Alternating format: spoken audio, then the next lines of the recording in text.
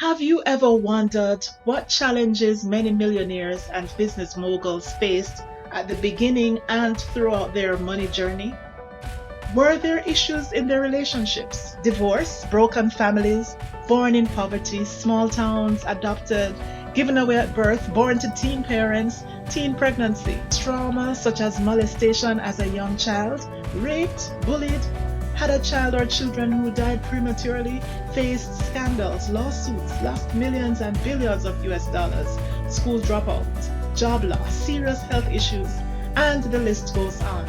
The stories of the original founders of some of the biggest brands such as Amazon, Apple, Tesla, PayPal, and Twitter confirm that how our stories start does not have to determine how it ends. So if you're feeling discouraged, overwhelmed, or fearful about your financial health and prospects, please stay tuned.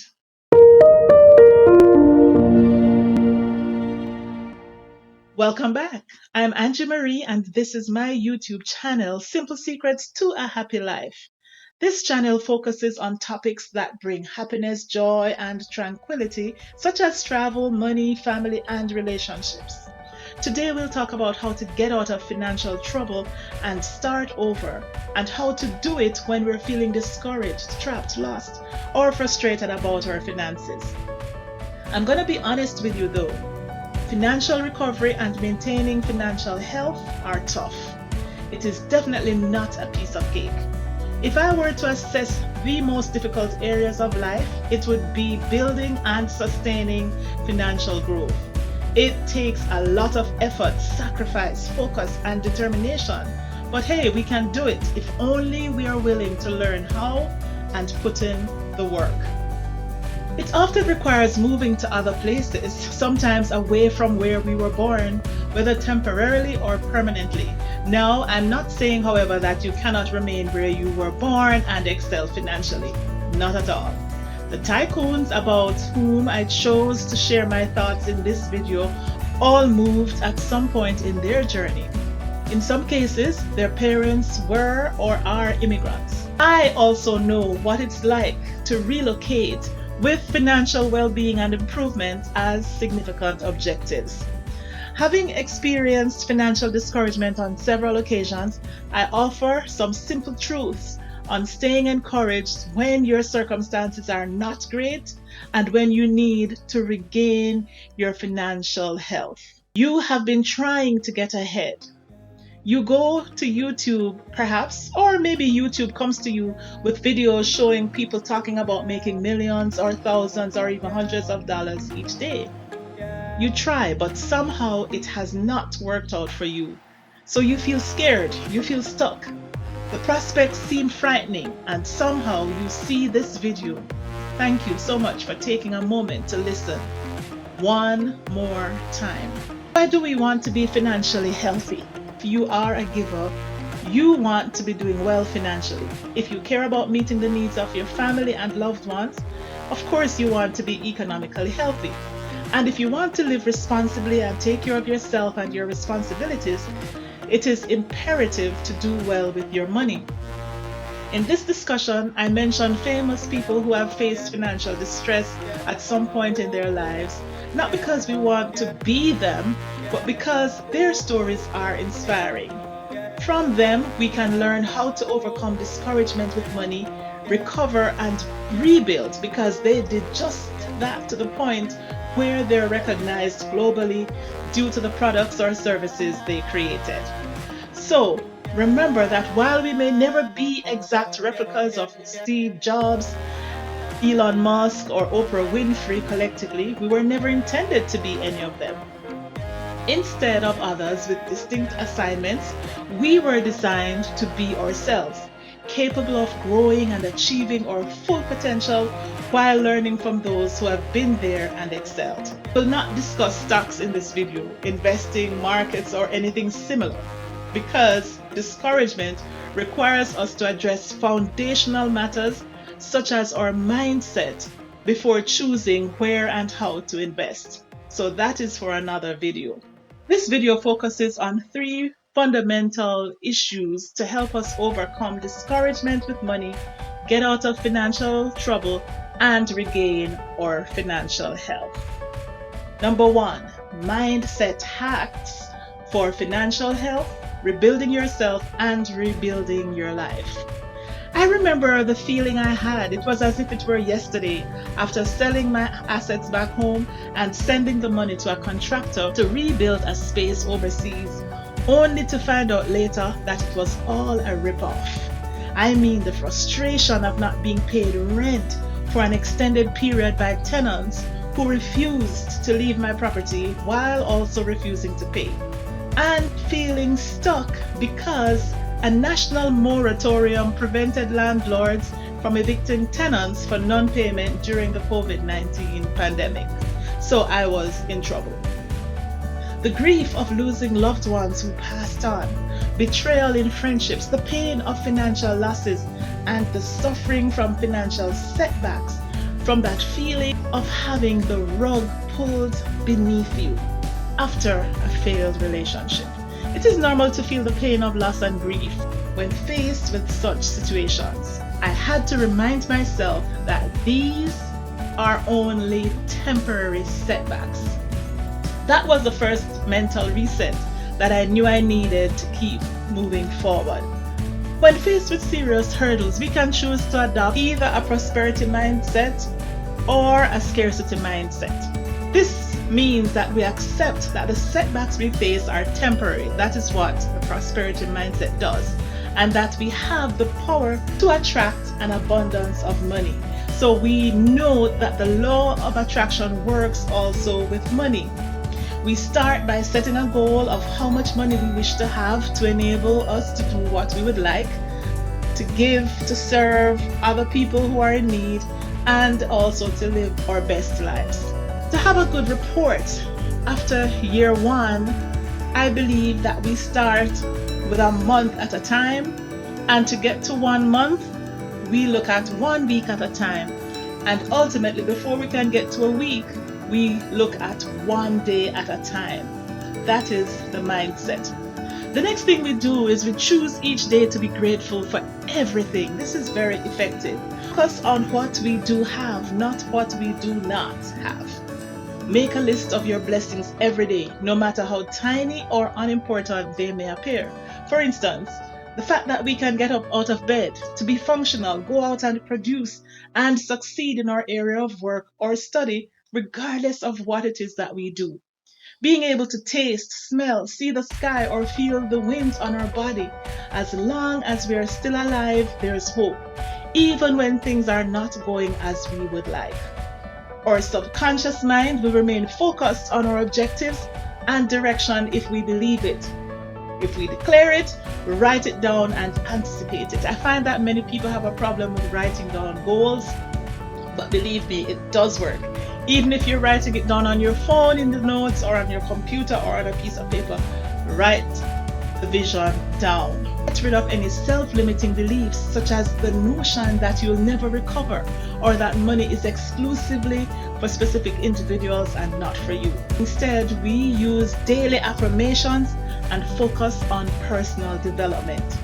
Here are 2 quotes from Robert Kiyosaki that I find useful that I'm going to share as I conclude number 1. The first quote says, "Before you can transform your wallet from poor to rich, you've got to transform your spirit from poor to rich." Definitely, he said, the single most powerful asset we all have is our mind. Believe it. These are absolutely true. Our mindset is number 1, very important, very powerful. Number 2, beating discouragement and staying encouraged even when our circumstances are not great by learning from others. Now, every person will face issues, particularly those involving relationships and money, and it's very common to feel frustrated. Understand that building properly requires time, patience, and a strong foundation. Forget about where you were born or any stigma associated with that. Many financial tycoons had humble beginnings and were born in small towns. Elon Musk, for example, was born and raised in South Africa. At the age of 17, he immigrated to North America with a backpack and luggage filled with literature and a strong will. At the age of 17, he may not have known exactly how his life would have turned out 20, 30, 34 years later, but he was prepared to start, to put in the effort and continue to build 30 years and more. That is a substantial period of time, requiring focus, initiative, and a solid base. But how many of us are willing to work from now with 10 years, 5 years, 20 years in mind? We have to get to that point. So he also lost billions of dollars and went through multiple divorces, but the rest is history. Steve Jobs, the founder of Apple, was adopted after his biological parents, who were young people, they were actually students to be precise, they gave him up for adoption. It wasn't until he was 27 years old that he finally found out who his biological parents were. However, when faced with bankruptcy, Jobs refused to give up. Instead, he switched focus and changed the company's course from computers by creating products such as the iPad and the iPhone. Despite his serious health challenges and lengthy battle with cancer, Apple continues to dominate the world technology market, and iPhone sales continue to soar globally even after Steve Jobs died in 2011. Jeff Bezos was born to a teen mother. He went through divorce and other difficulties but triumphs because he kept a winning attitude. Likewise, Oprah Winfrey, the first Black American woman to become a US billionaire, had a highly inspiring journey that included teenage pregnancy, fears, uncertainties, and other problems. Still, she overcame it all to achieve great success. And what about best-selling author Robert Kiyosaki, the man behind Rich Dad, Poor Dad, and other works? Listen, these stories have a lot to teach us, and I could go on and on mentioning others. But in this video, we'll use their success as motivational and inspirational examples. One of the essential components for long-term success is having a growth mindset that places a high value on learning. Their stories teach us how to beat discouragement and stay encouraged by building one block at a time on a solid foundation. Keep going. Be firmly grounded in your sense of worth and a compelling sense of purpose while having complete faith in yourself. Focus on self-improvement and self-development. Have faith. Refuse to give up regardless of what you encounter. Keep going no matter what, and be willing to relocate to places that will facilitate your growth and financial success. I have trained my brain to see success even in what appears to be a failure, and guess what? It works. So stay positive even if your bank account says zero or negative, says overdrawn. With focus and determination, you can recover in time. Take the challenge to turn it around. We're on part 2 about learning from others and learning from these gurus. One of the important things that we need to do here is to watch our networks. Please note that these financial moguls had partners. Steve Jobs had other persons who were partners with him in the business, who are partners in Apple. These guys did not do it totally alone, although there may have been moments when they had to disconnect and push through without support. This happens. Here's something I noticed in my life. Every time I was connected to wrong or unfulfilling or toxic associations, I did worse financially. But it's only a matter of time. It gradually chips away from your self-esteem when you surround yourself with toxicity. You are unable to think correctly or creatively because you're distracted by the toxicity. We have to have people that we can call on, such as a family member. I have several people in my family, people who I could just take up the phone and say, hey, can we talk? Or they take the phone up and call me also. We need the connections and the network, but we do not need the people who are toxic. It is better to build alone and strengthen your inner self. Some journeys are better taken alone, rather than to remain linked to negative forces that will pull you down. If a person or persons you thought were financial partners prove unreliable, they prove not to be genuine and you want a different result, you have to disconnect and remain disconnected from them. We must be determined to protect our mental health, control stress, and avoid stressors in order to thrive financially. The strength of our mind will determine the strength of our money. In the same way we clear the bush and weeds in order to build physically, part of the process of restoring our finances is clearing shrubs, weeds, and other impediments to laying a proper foundation. Then after that, we mark off and fence off our protected areas. We build some boundaries. Number 3, budgeting is a powerful tool. It helps you to take control of your finances, to stay on top of your spending and save money. One thing I've noticed, people are just refuse to write things down. They will not do a spreadsheet. They can't tell you how much their monthly expenses are. They can't tell you what's going on with their bills. And I've always said, if you don't know, how are you going to change anything? It's important, no matter how bad it is, to face it. That's the only way you're going to make a change in it. Face it and make your plan. 1 year, 2 years, 3 years, 5 years, 1 month. Each week you have to know what you're making and what it's costing you to live so that you can plan properly. It's not always easy to figure out where to start when you're trying to do a budget though, but we have to start from scratch to get our finances in order, to fix our financial issues and handle money wisely. Now, there's a rule called the 50-30-20 rule for beginners. I know that this rule does not always work, especially if you feel that you do not make enough. We start out with our non-negotiables, the things that we have to pay every month. For instance, your rent or mortgage, utility, insurance, childcare, maybe cell phones. You decide what you cannot do without. If you don't pay for your accommodation, are you going to be homeless? If you don't pay utility bills, are you going to not have use of your electricity and so forth? So the things that are non-negotiable, your needs that you must spend on every month, that goes in a category that we refer to as your needs. And the rule says 50% of your income should go to that category. Then 30% of your income would go to the things you want. For instance, travel, going to the movies, dining out. Things about this rule is that people's preferences differ. For some women, their nails would be non-negotiable. 30% of your income goes to what they categorize as wants. It's not something that's demanded of you every month, but you can choose to do it or not do it. 30%. And then 20% of your income goes to savings or paying back debt or investment. So that is what the 50-30-20 rule says. It is a common percentage-based budget. However, as I said earlier, not everyone can use this rule. Sometimes we face situations in our lives where we just cannot put 50% of our income to a particular thing. Okay, let's say for instance you make $5,000 in a month and you pay $2,000 for rent.